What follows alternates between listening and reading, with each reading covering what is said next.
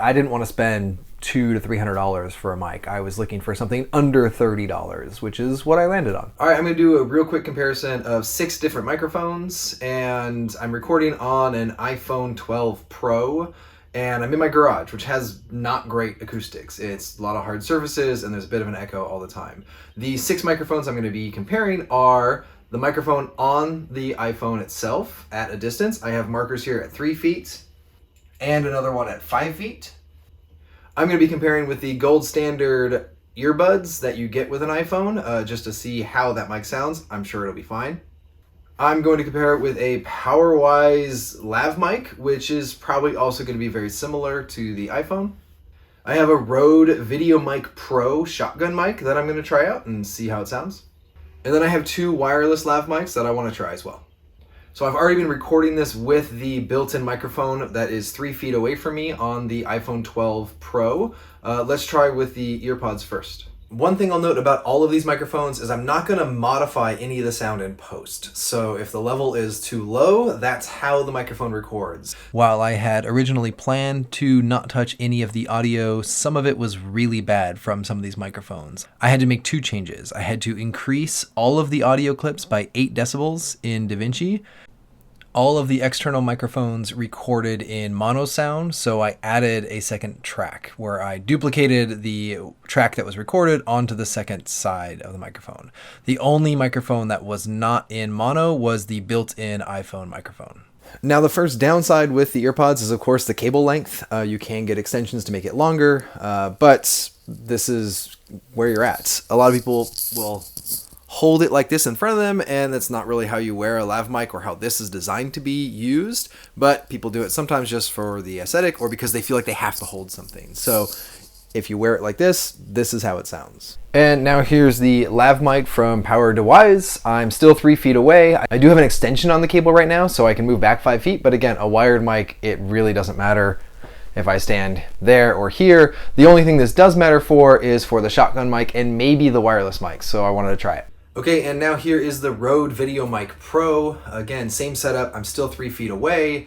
The settings on the back do matter a little bit. This is the best that I've found that sounds good in my garage, which is basically negative 10 decibels to knock down some of the background noise. I have a refrigerator and there's some things outside. But this is what it sounds like at 3 feet. And here's what it sounds like at 5 feet. It's probably not a big difference because, again, I'm in an enclosed space. And here's the first wireless lav mic. I'm gonna have to put a link in the show notes because I don't see a brand anywhere on here. Most of them are now a cheap-ish unbranded lav mic, which is good because I got these for under $20 and we'll see how they actually sound. One of the first things I like about it is there is a small light to show me when it's connected to the base station that plugs into the iPhone itself, which is good, but it's actually a small light on the base, so it's kind of hard to see. There is a power button on the back and it charges with USB-C. So I don't know how long it lasts yet, but this is what it sounds like. And at wireless mic, 3 feet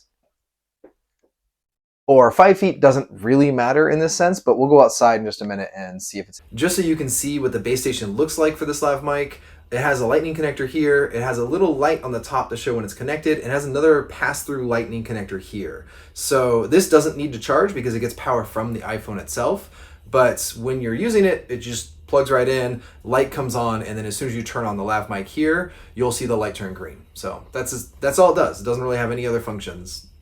Here's the base on the other wireless lav mic I got. It has lightning 3.5 millimeter and USB-C, so you could plug it into your computer and have a wireless lav mic, iPhone or an Android phone, or maybe iPhone in the future.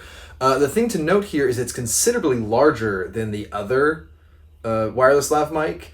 And it also has a pass-through 3.5, USB-C 3.5, and a power button. It has a power button because it can't draw power through if you're using 3.5. So you would need to charge this if you want it on 3.5, but I'm assuming it will draw power from the iPhone when plugged in.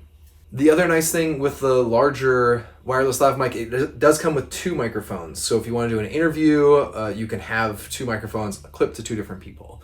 Both of the wireless lav mics, the clips themselves are pretty small and they don't rotate, which I don't care for. The other wired lav mic, it will rotate around if you have a different way to clip it on. These are only one way, so it clips here and you just have to bunch up the clothing to make it work. It does come with a handful of cables to charge or extend the base station, and again, I'm just going to put a link in the show notes so you can find which lav mic this is. When I bought it, it was on sale, and the 2-pack was actually cheaper than the individual one. And this one's also, again, a little more versatile because I can plug it into my laptop 3.5mm jack instead of only having it on an iPhone.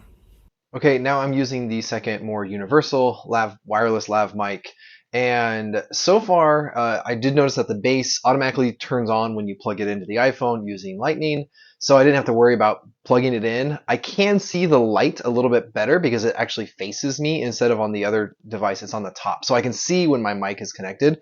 There is still a light on the microphone itself, so I can look at that as well. They flash when they're not connected and they're solid green when they do.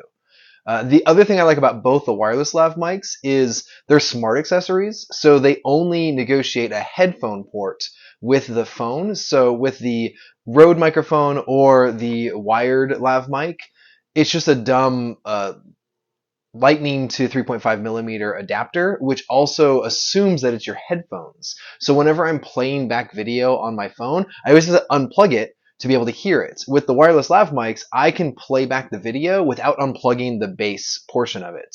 So the downside again is that this dual lav mic setup has a bigger bass and it's kind of hard to hold on the bottom of the iPhone versus the single one, which is much smaller and easy just to leave plugged in. And because it doesn't negotiate as a headphone set, it's only a microphone, I can just leave it plugged in, which is really nice. Okay, so actually I lied.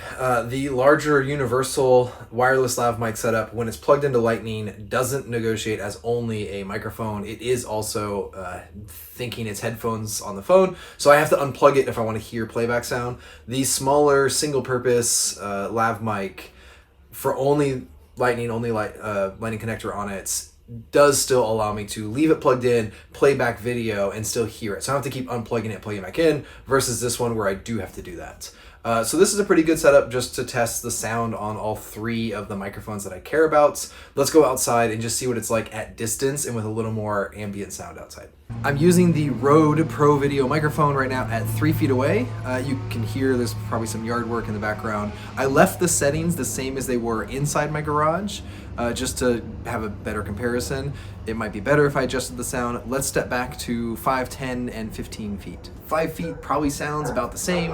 It's not a big difference in distance, only 2 feet, but let's go to 10 and see, using the same sort of vocal projection, if it's any different. I'm guessing at 10 feet it's getting a little bit lower in volume and harder to hear. Dogs also started barking, so a lot of that noise just happens because I'm outside, and I end up filming outside quite a bit. All the way back here at 15 feet, I have no idea if you can even hear me, so I'm just going to talk a little bit just so you can hear the difference. I'm not trying to talk any louder, I'm just hoping that the microphone works at my normal volume. I could shout, I could try to do things to make you hear it, but hopefully it comes across as more natural this way if I just talk in my regular voice, even with all the background. Okay, so here's the single lav mic without the multi-connector at 5 feet away, just to see to make sure that the wireless and everything is working okay, and I'm curious if it cuts down on any of that background noise which is still going on. At 10 feet, I don't suspect I have a problem with a wireless connection at all because, again, the sound's just here locally, transmitting wirelessly.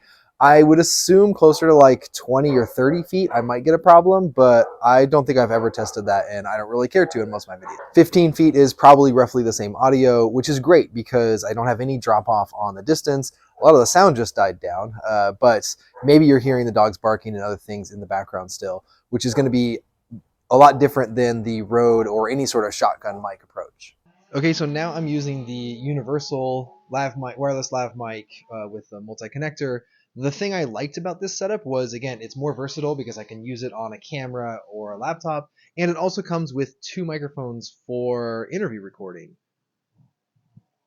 I switched the microphone and I'm still at 5 feet away. I'm holding it right now just to see if there's any difference. Sometimes these record in mono sound left and right, and I'm curious if that's the case with this setup.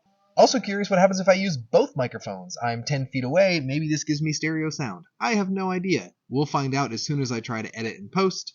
And switching back to a single microphone with one behind my back, I'm at 15 feet, and again, I don't suspect that there's a big problem, but maybe the sound is different because I do have people doing yard work again, so we'll see if that affects sound quality. After all the recording and editing the video, my favorite mic was actually the wired lav mic. It's just simple and works. The audio was the clearest and consistent throughout the entire thing. Because all of them recorded in mono sound anyway, I have to do the adjustment in post. For some apps, it automatically will adjust that into stereo for you, so you don't have to worry about it. But this is the one that can plug into my computer, my camera, any other device with adapters, and still plugs into my iPhone. So it was also the cheapest, so it was just my favorite by far. My least favorite was the Rode. It's a different type of mic. It's not meant when you control the person you're recording from. It is meant for a different type of thing, but I intended to use it for this style of vlogging, but just talking to a camera. So it was also the most expensive, and I got consistently good audio quality, but very low sound, and it really depended on the environment. So I don't recommend this if you're starting out. Between the two wireless lav mics, the simple one was my favorite. It had better audio sound. I increased the decibels by 8 for all of the mics, and this one was just louder and consistently sounded a little bit better.